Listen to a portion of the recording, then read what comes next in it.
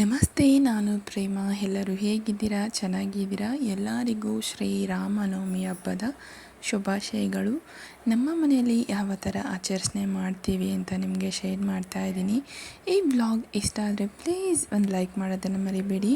ಹಾಗೆ ಇನ್ನೂ ಯಾರು ನನ್ನ ಚಾನಲ್ಗೆ ಸಬ್ಸ್ಕ್ರೈಬ್ ಮಾಡ್ಕೊಂಡಿಲ್ಲ, please support me, subscribe to my channel. ನೋಡ್ಬೋದಾಗಿತ್ತು. ಈಗ ನಾನು ಸ್ನಾನ ಎಲ್ಲ ಮುಗಿಸ್ಕೊಂಡು ಮನೆಯೆಲ್ಲ ಕ್ಲೀನ್ ಮಾಡಿಕೊಂಡು ಆಮೇಲೆ ವ್ಲಾಗ್ನ ಶುರು ಮಾಡ್ಕೊಂಡಿದ್ದೀನಿ. ಇವತ್ತು ಬಂದು ಮಲ್ಲಿಗೆ ಹೂವು, ಕನಕಾಂಬರ ಹೂವು, ಹಾಗೆ ತೋಟದ್ದು ಒಂದು ಸ್ವಲ್ಪ ಮಳೆ ಇತ್ತು, ಅಂದರೆ ಈಗ ಸಿಗ್ತಾ ಇದೆ. ಅದನ್ನೆಲ್ಲ ಕಟ್ಟಿ ಮೊದಲೇ ನಾನು ಎತ್ತಿಟ್ಕೊಂಡಿದ್ದೆ. ಹಾಗೆ ದೇವ್ರ ಮನೆಯಲ್ಲೂ ಸ್ವಲ್ಪ ಎಲ್ಲ ಕ್ಲೀನ್ ಮಾಡಿಕೊಂಡು ಕಳಶ ಸಾಮಾನೆಲ್ಲನೂ ಬೆಳಗಿಟ್ಟಿದ್ದೆ. ಈಗ ಅಯೋಧ್ಯೆ ಮಂದಿರದಲ್ಲಿ ಭಕ್ತಿ ಹಾಡುಗಳು ಬರ್ತಾ ಇರುತ್ತಲ್ವ, ಅದನ್ನು ಹಾಕಿದ್ರು. ಸರಿ, ಅದನ್ನೆಲ್ಲ ಹಾಕ್ಬಿಟ್ಟು ನಾನೇನು ಮಾಡಿದೆ, ಮೊದಲಿಗೆ ಹಾಕ್ಬಿಡ್ತೀನಿ. ನಾನು ಯಾವುದೇ ಒಂದು ಪೂಜೆ ವಾರ ಮಾಡಬೇಕಾದ್ರೂ ಬೇಗ ಎದ್ದಿದ್ರೆ, ಒಂದು 4 ಗಂಟೆ 5 ಗಂಟೆ ಹಿಂಗೆ ಎದ್ದಿದ್ರೆ ಈ ರೀತಿ ಹಾಕ್ಬಿಡ್ತೀನಿ. ಅದು ನನ್ನ ಜೊತೆನೇ ಆಡಿಕೊಂಡು ಇರುತ್ತೆ ಅಂತ ಹೇಳ್ಬಿಟ್ಟು ಪೂಜೆ ಮಾಡೋದಂದ್ರೆ ಏನು ಕೆಲಸ ಮಾಡೋಕ್ಕೆ ನೀನು?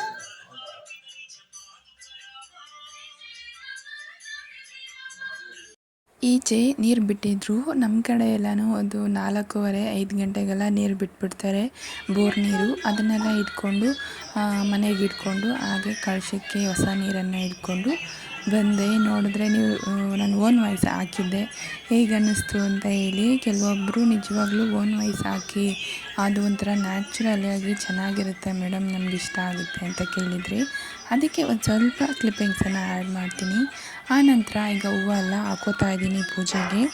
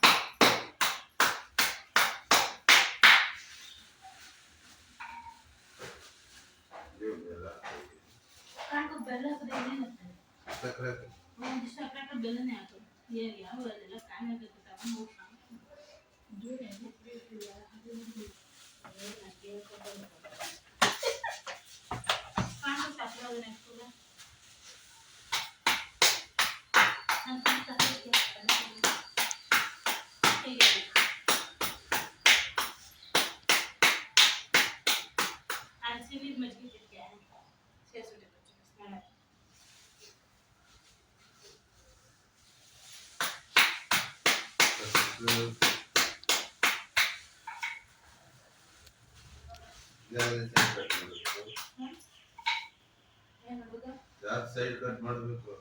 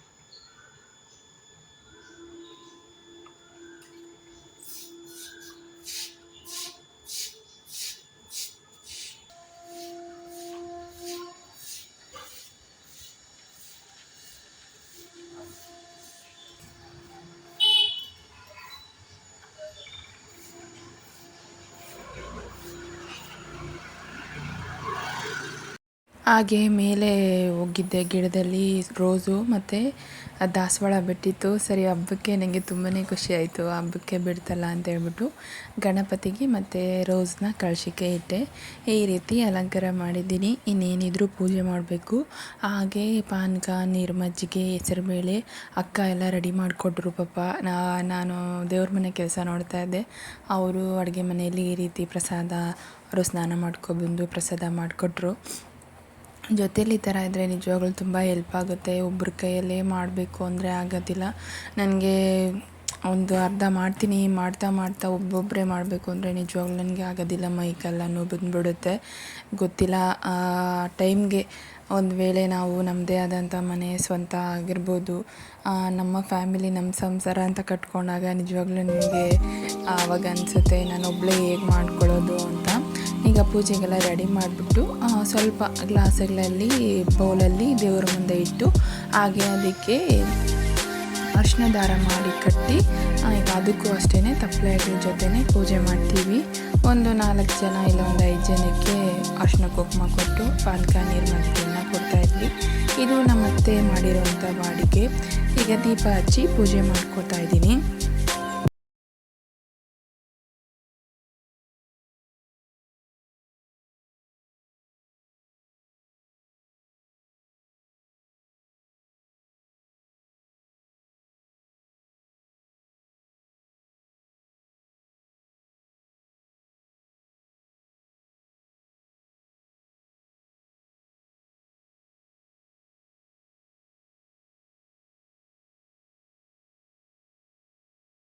ಇವತ್ತಂತೂ ದೇವ್ರ ಪೂಜೆ ತುಂಬಾ ಚೆನ್ನಾಗಾಯಿತು. ನನಗೆ ಅಲಂಕಾರ ತುಂಬ ಇಷ್ಟ ಆಯಿತು. ನಿಮಗೆ ಯಾವ ಥರ ಅನ್ನಿಸ್ತು ಅಲಂಕಾರ ಅಂತ ಕಮೆಂಟ್ ಮಾಡಿ ಪ್ಲೀಸ್ ತಿಳಿಸಿ. ಇವತ್ತು ಈ ಥರ ಮಲ್ಲಿಗೆ ಹೂವನ್ನಲ್ಲೇ ಅಲಂಕಾರ ಮಾಡಿರೋದು ತುಂಬ ಇಷ್ಟ ಆಗುತ್ತೆ ನನಗೆ. ಮಲ್ಲಿಗೆ, ಮಳ್ಳೆ ಹೂವಲ್ಲಿ ಮಾಡೋದು ತುಂಬ ಚೆನ್ನಾಗಿ ಅನಿಸುತ್ತೆ. ಚಾಮಂತಿಗೆಯಲ್ಲಿ ಅಂದರೆ ಒಂದು ಸ್ವಲ್ಪ ದಪ್ಪ ಕಾಣಿಸೋ ಥರನೇ ಅನ್ನಿಸ್ತಾ ಇರುತ್ತೆ ನನಗೆ. ಇದು ನಾವು ಎಷ್ಟೇ ಹಾಕಿದ್ರೂ ಹಾಕ್ದಂಗೆ ಕಾಣೋದಿಲ್ಲ. ಈಗ ಹೊಸ್ಲಿಗಾಗಿರ್ಬೋದು, ಫುಲ್ ಮನೆಯಲ್ಲೆಲ್ಲ ಪೂಜೆ ಮಾಡಿ ಇವತ್ತು ಒಂಥರ ಸ್ಪೆಷಲಾಗಿ ರಂಗೋಲಿ ಹಾಕಿದ್ದೆ, ಚೆನ್ನಾಗಿತ್ತು. ನಿಮಗೆ ಹೇಗೆ ಅನ್ನಿಸ್ತು? ನೀವು ಯಾವ ಥರ ಹಬ್ಬದಲ್ಲಿ ಏನೇನು ಮಾಡಿದ್ರಿ ಅಂತ ಪ್ಲೀಸ್ ಕಮೆಂಟ್ ಮಾಡಿ ತಿಳಿಸಿ. ಆಮೇಲೆ ರೆಡಿಯಾಗಿ ಬಂದೆ. ಆಮೇಲೆ ಅಕ್ಕ ಇಡ್ಲಿ ಮತ್ತು ಪಲ್ಯ, ಚಟ್ನಿ ಮಾಡಿದರು. ಎಲ್ಲಿಗೆ ಹೋಗಬೇಕಿತ್ತು ಅಂತ, ಹಬ್ಬದನೇ ನಾನು ನನ್ನ ತವ್ರ ಮನೆಗೆ ಹೋಗಬೇಕಾಗಿತ್ತು. ಅದಕ್ಕೇ ಹೋಗೋಣ ಅಂತೇಳ್ಬಿಟ್ಟು ಆಮೇಲೆ ಅಂದ್ಕೊಂಡೆ ರಾಮಕೋಟಿ ಬರೆಯೋದೇ ಮರ್ತ್ಬಿಟ್ನಲ್ಲ ಅಂತೇಳ್ಬಿಟ್ಟು, ಆಮೇಲೆ ತಿಂಡಿ ಮುಗಿಸ್ಕೊಂಡು ಮಗುಗೂ ತಿನ್ನಿಸ್ಕೊಂಡು ರಾಮಕೋಟಿ ಬರೆದ್ಬಿಟ್ಟು ಈಗ ಹೊರಡ್ತಾ ಇದ್ವಿ. ನಾನು ಪಾಪು ಮಾತ್ರನೇ ಹೊರಡ್ತಾ ಇದ್ವಿ, ನಮ್ಮ ಮನೆಯವ್ರು ಬಂದಿಲ್ಲ. ಸರಿ ಅಂತೇಳ್ಬಿಟ್ಟು ನಾನು ಹೋಗ್ತಾ ಇದ್ದೀನಿ ಅಮ್ಮನ ಮನೆಗೆ. ಹಬ್ಬದ ದಿವಸನೇ ಆಗಿ ಬಂತು. ಮೊದಲೇ ಹೋಗಬೇಕು ಅಂದ್ಕೊಂಡೆ, ಆದರೆ ಆಗಿರಲಿಲ್ಲ. ಸರಿ ಅಂತೇಳ್ಬಿಟ್ಟು ಹಬ್ಬ ಎಲ್ಲ ಮಾಡಿ ಮುಗಿಸಿ ಹೋಗೋಣ ಅಂತೇಳ್ಬಿಟ್ಟು ಹೊರಡ್ತಾ ಇದ್ದೀನಿ. ನಿಜವಾಗ್ಲೂ ಹೇಳ್ತೀನಿ, ಬಸ್ಸಲ್ಲಿ ಈ ವೆದರಲ್ಲಿ, ಈ ಸೆಕೆಯಲ್ಲಿ, ಬಿಸಿಲಲ್ಲಿ ಪ್ರಾಮಿಸ್ ನನಗೆ ತುಂಬಾ ಸಾಕಾಗೋಯಿತು. ಯಾಕಂದರೆ ನಾನು ತುಂಬ ರೇರಾಗಿ ಇರ್ತೀನಿ. ಯಾಕಂದರೆ ಎಲ್ಲ ನಾವು ಓಡಬೇಕು ಅಂದರೆ, ಇಲ್ಲ ಊರಿಗೆ ಹೋಗ್ಬೇಕಂದ್ರೆ ಮಾತ್ರ ಬಸ್ಸಲ್ಲಿ ಟ್ರಾವೆಲ್ ಮಾಡ್ತೀನಿ. ಯಾವುದಾದ್ರೂ ದೇವಸ್ಥಾನಕ್ಕೆ ಹೋಗ್ಬೇಕಂದ್ರೂ ಆಟೋದಲ್ಲೋ ಕಾರಲ್ಲೋ ಕರ್ಕೊಂಡು ಹೋಗ್ತಾರೆ. ಇದು ದೂರ ಇರೋದರಿಂದ ನನಗೆ ತುಂಬಾ ಆಯಾಸ ಆಗೋಯಿತು. ಬಿಸಿಲಲ್ಲಿ ಬಸ್ಸಲ್ಲಿ ಕೂತಿದ್ರೆ ಕುದೀತು ಹಂಗೆ ಸೆಕೆ. ಆಮೇಲೆ ಸರಿ ಅಂತೇಳ್ಬಿಟ್ಟು ಏನೂ ಮಾಡೋಕ್ಕಾಗಲ್ಲ, ನಾವು ಹೊರಡಲೇಬೇಕು ಅಂತೇಳ್ಬಿಟ್ಟು ಹೊರಡ್ತಾ ಇದ್ದೀನಿ. ಸ್ವಲ್ಪ ಕ್ಲಿಪ್ಪಿಂಗ್ಸನ್ನು ಮಾತ್ರ ಹೊರಡೋದನ್ನು ಕ್ಯಾಪ್ಚರ್ ಮಾಡಿಕೊಂಡೆ. ವಿಶಾಲು ಒಂದು ಬಸ್ಸಲ್ಲಿ ಹೋಗಲಿ ಕಾರಲ್ಲಿ ಹೋಗಲಿ, ಅವನಿಗೆ ಬಸ್ ಹತ್ತಿದ ತಕ್ಷಣ ನಿದ್ದೆ ಬಂದುಬಿಡುತ್ತೆ. ಹೇಗೋ ಬಸ್ ಖಾಲಿ ಇತ್ತು, ಒಂದು ಸ್ವಲ್ಪ ಆರಾಮಾಗಿ ಸೀಟಲ್ಲಿ ಕೂತ್ಕೊಂಡ್ವಿ. ಬಸ್ ರಶ್ ಇತ್ತು ಅಂದರೆ ನಿಜವಾಗ್ಲೂ ಕೂತ್ಕೊಳ್ಳೋದಕ್ಕಾಗೋದಿಲ್ಲ. ನೋಡ್ಬೋದು 3 ಸೀಟಲ್ಲೂ ನಾವೇ ಕೂತಿದ್ದೀವಿ. ಅವನು ಆರಾಮಾಗಿ ಕಿಟಕಿ ಕಡೆ ಹಾಕಿದ್ದೆ, ತುಂಬ ಚೆನ್ನಾಗಿ ಗಾಳಿ ಬರ್ತಾಯಿತ್ತು. ಆಮೇಲೆ ನನಗೆ ತುಂಬಾ ಖುಷಿಯಾಯಿತು. ಎಲ್ಲೆಲ್ಲಿ ರಚ್ಚೆ ಕಾಣಿಸುತ್ತೆ ಅಲ್ವಾ, ಅಲ್ಲೆಲ್ಲ ಶ್ರೀರಾಮನನ್ನು ಇಟ್ಟು, ಹನುಮನ್ನ ಇಟ್ಟು ಈ ಥರ ಪಾನಕ, ನೀರು, ಮಜ್ಜಿಗೆ ಎಲ್ಲ ಕೊಡ್ತಾಯಿದ್ರು. ಇಲ್ಲಿ ಅದು ಮಾಮೂಲಿಯಾಗಿ ಮಾಡಿದ್ದಾರೆ. ಈಗ ನಮ್ಮ ಊರಿಗೆ ಇನ್ನೇನು ಸ್ವಲ್ಪ ದೂರ ಹೋಗಬೇಕು, ಅಲ್ಲೂ ಅಷ್ಟೇ. ನಿಮಗೆ ಈ ಭಾಷೆ ನೋಡಿನೇ ಗೊತ್ತಾಗಿರುತ್ತೆ ಯಾವ ಊರು ಅಂತ. ಕಮೆಂಟ್ ಮಾಡಿ ನೋಡೋಣ ಯಾವ ಊರು ಅಂತ. ಇಲ್ಲೆಲ್ಲ ಕೊಡ್ತಾಯಿದ್ರು. ಈಸ್ಕೊಳ್ಳಿ ಅಂತಂದರು. ನಾನು ಒಂದು ಸೈಡಲ್ಲಿ ಈಸ್ಕೊಂಡೆ. ಬನ್ನಿ ಈಗ ನಾನು ಲೈವಲ್ಲಿ ತೋರಿಸ್ತೀನಿ. ಬ್ಯಾಗ್ ನೋಡಿ ಎಲ್ಲಿ ಬಿಸಾಕಿದ್ದೆ. ಅಜ್ಜಿ ಏನು ಇವಾಗ ಮಾಡ್ತಾಯಿದ್ದೆ? ಹಾಂ ಹಿಂಗೆ ಒಂದು ಎರಿಗಿಂದು ಹ್ಞೂ ಏ ಒಂದು 4 ಸೆಕೆಂಡ್ ಇರ್ತಿಕ್ರ ಸೌಂಡ್ ಇರಲಿ ಅಜ್ಜಿ ಏನಪ್ಪ ಅಂತಾಗ್ರೆ ಅಜ್ಜಿ 20 ಸತಕ್ಕೆ ಜೀವ್ತದ ಅಜ್ಜಿ ಅಜ್ಜಿ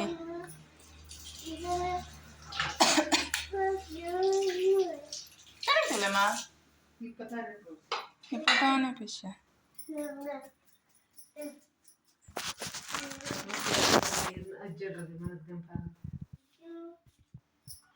ಅಜ್ಜಿ ಇಪ್ಪ ಪಂತದಡು ಪಂಡಿಗೆ ಪಾನಕ ಮಜ್ಜಿಗೆ ಎಲ್ಲ ರೆಡಿ ಆಯ್ತಿದ್ದು ಪೂಜೆ ಪಣಿಲ್ಲ ಮಿನ್ನ ಅಯ್ಯೋ ನಾ ಕೇಕ್ ನನ್ನ ಮನ್ಕ ಮನ್ಸ ಆಯ್ತಿದ್ದು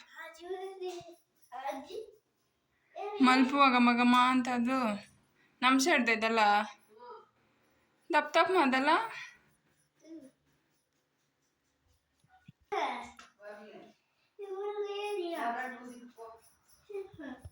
ಈ ಕಮೆಂಟ್ ನನಗೆ ಬರ್ತಾನೆ ಇತ್ತು, ನಿಮ್ಮ ತಮಿಳ್ ಯಾವ ಥರ ಮಾತಾಡ್ತೀರಾ ಅಂತ ಕೇಳಿಲ್ಲ ಇವತ್ತು ತೋರಿಸಿ, ನಮಗೆ ಕೇಳೋದಕ್ಕೆ ಇಷ್ಟ ಆಗುತ್ತೆ ಅಂತ ನಿಮಗೆ ನಾನು ತೋರಿಸಿದ್ದೀನಿ, ಈ ವ್ಲಾಗಲ್ಲೇ ತೋರಿಸಿದ್ದೀನಿ.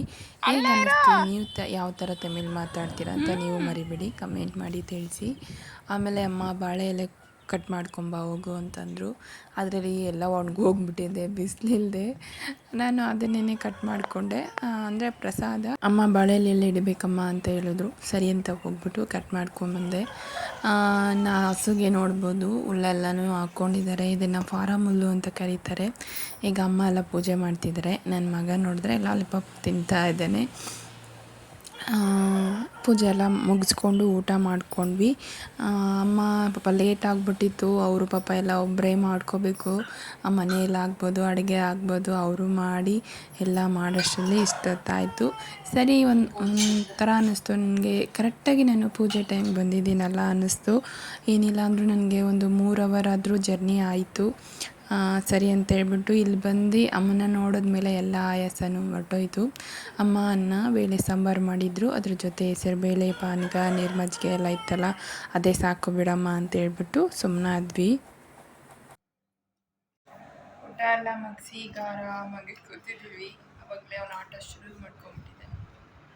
ಏನು ಬಿಸ್ಲಪ್ಪ, ಬಸ್ಸಲ್ಲಿ ಬರೋಷ್ಟ್ರಲ್ಲಿ ಸಾಕಾಗ್ಬಿಟ್ಟು. ಇದು ಫ್ಯಾನ್ ಹಾಕಿದ್ದೀನಿ, ತಣ್ಣಗಿದೆ. ಇಲ್ಲೆಲ್ಲ ಸ್ವಲ್ಪ ಬ್ರೈಟಾಗಿ ಕಾಣಿಸ್ತಾ ಇರುತ್ತೆ, ಯಾಕೆ ಗೊತ್ತಾ, ಇಲ್ಲೆಲ್ಲ ಸ್ವಲ್ಪ ಬೆಳಕು ಜಾಸ್ತಿ ಇರುತ್ತೆ, ಕಿಟಕಿ ಬಾಗಿಲುಗಳೆಲ್ಲ. ನಮ್ಮ ಹುಡುಗ ಮಾತಾಡ್ತಾನೆ, ಏನಮ್ಮ ಅದು. ಒಂದು ಸ್ವಲ್ಪ ಹೊತ್ತು ರೆಸ್ಟ್ ಮಾಡಿಬಿಟ್ವಿ. ಅಷ್ಟರಲ್ಲಿ ಅಪ್ಪ ಬಂದರು, ಅಪ್ಪನಿಗೆ ಪ್ರಸಾದ ಎಲ್ಲ ಕೊಟ್ಬಿಟ್ಟು ಈಗ ನನ್ನ ಮಗ ಆಡೋದಕ್ಕೆ ಶುರು ಮಾಡ್ಕೊಂಡಿದ್ದಾನೆ.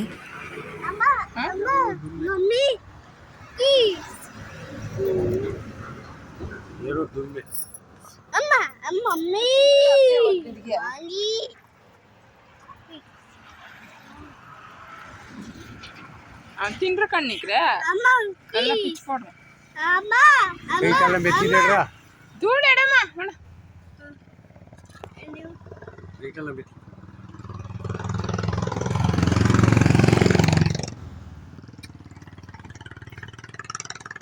ತಗೋ.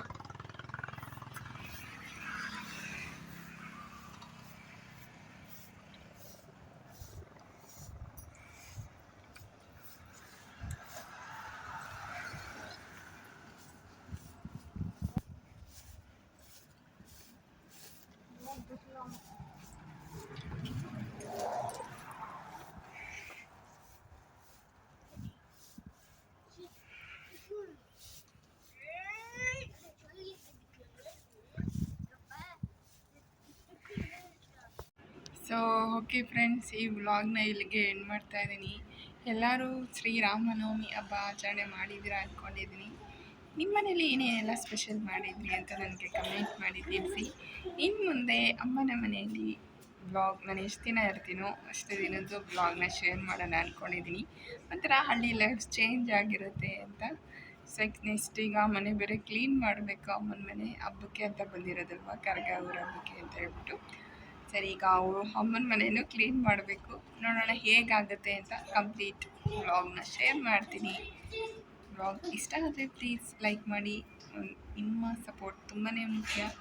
Subscribe to my channel. ಮತ್ತು ಮುಂದಿನ ವ್ಲಾಗಲ್ಲಿ ಸಿಗ್ತೀನಿ. ಅಲ್ಲಿವರೆಗೂ ಟೇಕ್ ಕೇರ್, ಬಾಯ್. ಎಲ್ಲರೂ ಖುಷಿಯಾಗಿ ಆರಾಮಾಗಿರಿ ಅಂತ ಕೇಳ್ತಾ ಮುಂದೆ ವ್ಲಾಗಲ್ಲಿ ಸಿಗ್ತೀನಿ. ಬಾಯ್.